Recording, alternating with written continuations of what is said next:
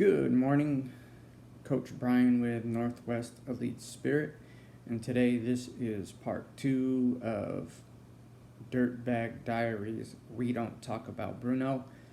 I've called this We Don't Talk About Bruno because I'm going into just kind of how he was ostracized as negative for just, speaking honestly, and how honesty is the catalyst for prophecy and the effects that has on a person who's trying to speak out in a toxic family. Before I go too far, I'd like to expand a little bit on the last video where I was talking about theft and how it gave me the feeling that I would lose everything good in my life. That thought starts with my second earliest memory, where my brother and my mom and I had packed as much as we could into the back of my godmother's station wagon, and we were leaving our family home and leaving my father.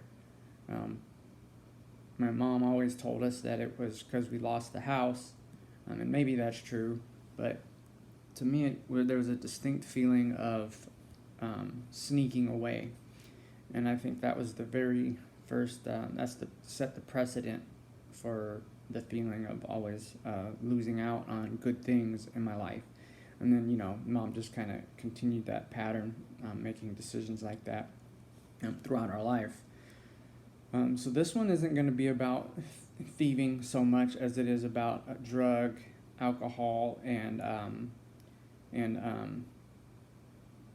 mental abuse, and food and food choices, and how I would speak out against those things. My mom and my aunts and the people around me, they always chose drugs, alcohol, and crappy food over like their kids or their own health. And I just remember this from the beginning. Like, it was always, we lived in this place called Holly Park in Seattle, Washington. It's a housing projects, old military housing that was converted into housing projects. And before we moved there, so we lost the house, or moved out of our family house, became homeless for a while, couch surfed, family and friends. Again, like toxic people, it was lots of drugs and alcohol at these places we were going, crappy food, and so then my mom gets, I guess, approved for government housing, and we moved into Holly Park. And just a couple memories from Holly Park would be like eating cereal that just said cereal on it because it was from the food bank, that had roaches in it. Roaches all the time. One time I dropped my Walkman in the Safeway down there at the bottom of the hill. Safeway's still there. And it broke open, and roaches went everywhere. But I remember, like, she had a boyfriend, her first boyfriend that I really remember. He was a married man, and he would come stay with us often, and he would get drunk and he'd beat the hell out of my mom. One time he even swung an axe handle at her head because she was trying to stop him from going out and fighting. There was this other guy in the neighborhood who was a lot bigger than him, and that he couldn't whoop. He could whoop everybody else, but he couldn't whoop less. And so he came home to grab an axe handle one day, and my mom was like trying to fight him for it, like wrestle it away from him. He pushed her down on the couch and swung it at her head. I pushed her out of the way, and he put a big hole in our drywall. And that was her first major boyfriend after my father that I remember. I've seen pictures of other guys, but I don't remember them. Yeah, and that was like a constant thing, him getting drunk and him beating my mom. Her next boyfriend, and this is when I remember the drug addiction starting, was the local drug dealer. His name was Bobby Green. He dressed in like nice tracksuits, and while he was around, we would, we had like a Jaguar and a Cadillac. We were living in the projects, driving like these really nice cars. But while he was there, like, we'd get there was always drug addicts at our house, and all the adults would always disappear into a room and do drugs like all night long. We were pretty much left to our own devices while they did drugs in the room. And you couldn't be like we'd be like, what are you doing? What are you doing? And they'd be like, oh, don't worry about it, but, we knew what they were doing. But you don't talk about that stuff, right? You don't bring it up. You don't admit it. You just let the drug addicts do their drug addict thing, and we're all going to pretend that nothing's going on. I watched our neighbor one time. She was always like strung out, but one time she was really high on PCP, and she went out to the center court, and she was just screaming and yelling and like convulsing and like ripping her clothes off. And I remember that. I remember like my mom and her friends always somebody was always like getting drunk and getting into a fight. My dad would often visit like after he'd have like a car accident from drinking, and he would visit us and demand to see us, which I kind of understand. It's pretty depressing when you lose your kids, and sometimes you just want to see your kids. I remember one time he came drunk, and Mom was like, get out of here, and my uncles were like, get out of here, or whatever. No one was fighting him or anything like that, but he fell off the porch and smacked his head really bad, like scary bad, and that's an old memory of mine. But then again, you just it like disappears. Nobody talks about it, like it's just like we kind of ignore it and it goes away. So then we end up moving away from Seattle, and we moved to Centralia, Washington, with the drug dealer.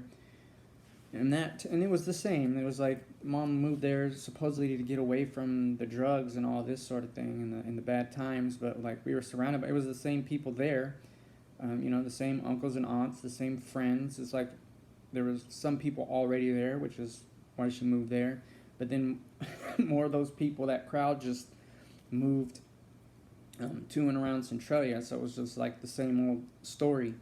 And we moved there with the drug dealer, and he, it was that cliche, or that trope where I'm going to go out and get some milk and cigarettes, and then he never came back. And it was just more, different dudes, more drinking. I don't know when it is. Oh, Mom was a crack addict in Seattle, but I think she did get away from the crack when we moved to Centralia. But it was drinking, and there's a lot of bad food, like a lot of bad, unhealthy food. And you could watch the people around you getting sick from like the drugs and the food and the alcohol and just their general demeanor. And I would comment on it. I'd be like, man, you guys got to stop doing this. And like they'd give you food, and you'd be like, stop, you're a kid, so you have to eat it, but you're like, stop giving us crappy food. You're just being negative. You're being a know-it-all. You're being, you got your control issues and things like this. And so that went on for a really long time.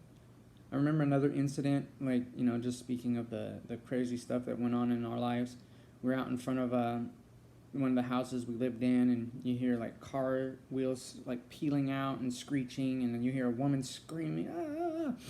And my uncle in his Trans Am comes peeling around from the main road onto our road, kind of fishtails, speeds down our road, and we're playing in the road, so we're like all like scrambling, getting out of the way.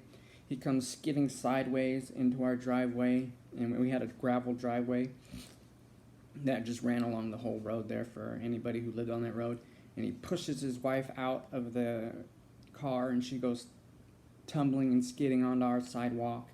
And he peels off, and it's just funny because my mom was like, "Oh, he did that because he knew I would take care of her," and that was like a sense of pride for her, that people would dump these people off on her, and she would supposedly take care of them. In the end, it wasn't really taking care of them because it was like shitty food, alcohol, drugs. She didn't keep bad people away. So that's another pretty messed up memory. So anyway, we go on, and I'm getting a little older, and I'm starting to learn about health and nutrition, so I'm like really starting to speak out and really make demands for like better food, better ways of talking to one another, stop the drugs. And you're just a know-it-all, you're negative, you're controlling, just more and more of that. And just no one would talk about it, and then they'd start arguing about other things, say things like, oh, you should be a lawyer. They would get arguing, and I'd be making good points. So you should be a lawyer. It's like, don't get off the point. Like, we're not talking about that. We're talking about how bad the way we live is for everybody. So that goes on, and nobody really listens, So we get to, now I'm starting to have my own kids, and like, don't feed my kids shitty food.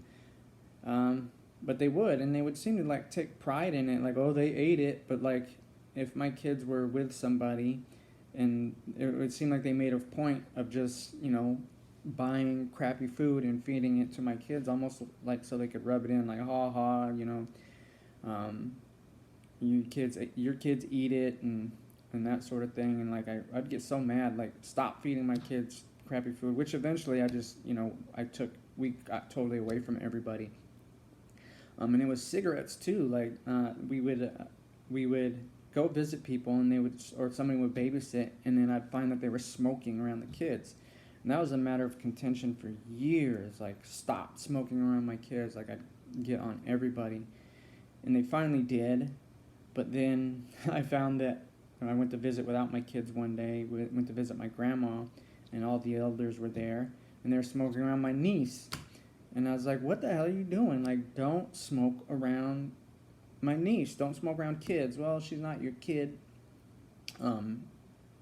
And I was like, well, she kind of is my kid. Like, I should care for her, right? I should take good care of her and want good things for her. So I'm speaking out. Don't smoke around my niece. Well, if you don't like it, go away. And that is when I really started to break away. My grandma told me that. She said, if you don't like it, go away around smoking around my niece. So I began to really pull away and not be around these people as much. And then, so my mom, she starts getting really sick, right? As predicted, like, honesty is a catalyst for prophecy. You can't do drugs and drink and eat crappy food and be around toxic people and not get sick. So she starts getting sick, and I'm like on her about it. She's like leaving doctor's appointments, for her heart and for her cancer. She would leave appointments and stop by McDonald's on the way home from these doctor's appointments, and it was friends and family that were like taking her there. And I would say, hey, you can't be like, why would you leave a doctor's appointment for your terrible health and then go get this food? You're just being negative. You're a know-it-all. The doctor, she would try to tell me, and they would try to say that the doctor said it's okay.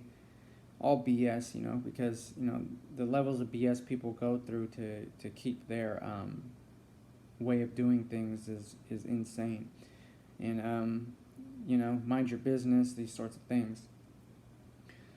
So she's getting sicker and sicker. And then one day, because I'm living with her, like, I didn't make the best decisions after my divorce, and I ended up needing help once in a while. And I'm living with my mom, and I walk in one day, and she's on the couch, and she's in the pain pill slump. Like, she's just slumped over from pain pills, and I recognized it because I hurt my back a long time ago, and I abused pain pills a little bit.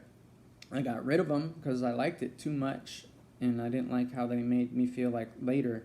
But I recognized, like, oh, wow, like, she is in the pain pill slump, or even like the heroin slump. And I get on her. I'm like, Mom, you have to stop doing these things. You can't be fucking doing pain pills and eating the food you eat, and like hanging out with the people you hang out with. Because the people she hung out with, yeah, she was prescribed pain pills, but they would trade pain pills, and they would give her more pain pills, and she would give them pain pills, and it's like, you just have to get out of this life, right? And I'm on her about it. So she has a stroke. Just a few days later, she has a stroke.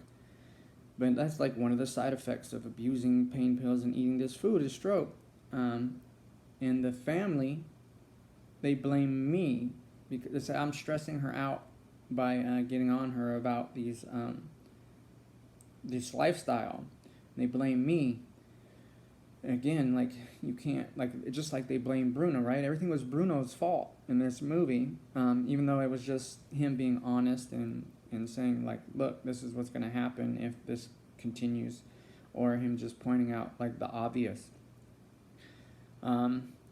So yeah, we mom gets sick, and she has a stroke, and then it's more of the same. Like, she has a stroke, so she's having to go to the doctor's appointments.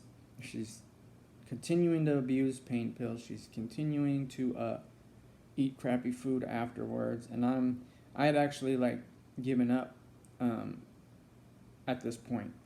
I pulled totally away after the stroke, and being blamed for it, because I was just like, for her, I was like, Mom, why wouldn't you speak up for me? Like, and she never had. I look back on life, and she always sided with other people.